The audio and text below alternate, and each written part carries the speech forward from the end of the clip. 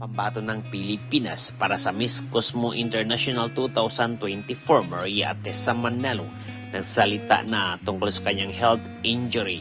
Narito ating panoorin ang kanyang latest update. On the 3rd, no, it's just the 3rd. And they mentioned something to us, well, we saw it on the post that it would be a jury session. And we don't know what that means yet. At least for me, I don't know because I wasn't there in the rehearsals para ma-update.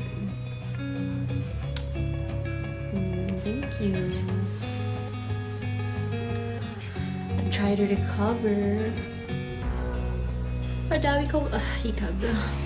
Nag-transform na si Jezebel. Ayan, kaka-Jezebel ko to. Effective yung lemongrass. Paano? Ano gagawin ko sa lemongrass? Inumin? Or itatapal? Paano?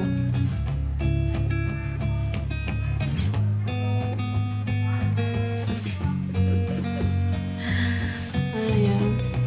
Wala ba? Dapat may games in live or something. What time na dito? 3:21.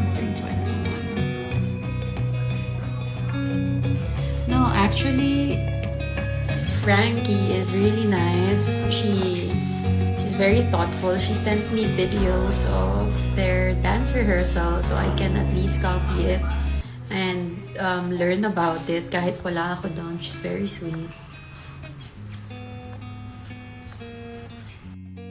Mga Bioconeras, don't forget to hit the notification bell para updated kayo lagi sa aming mga bagong videos.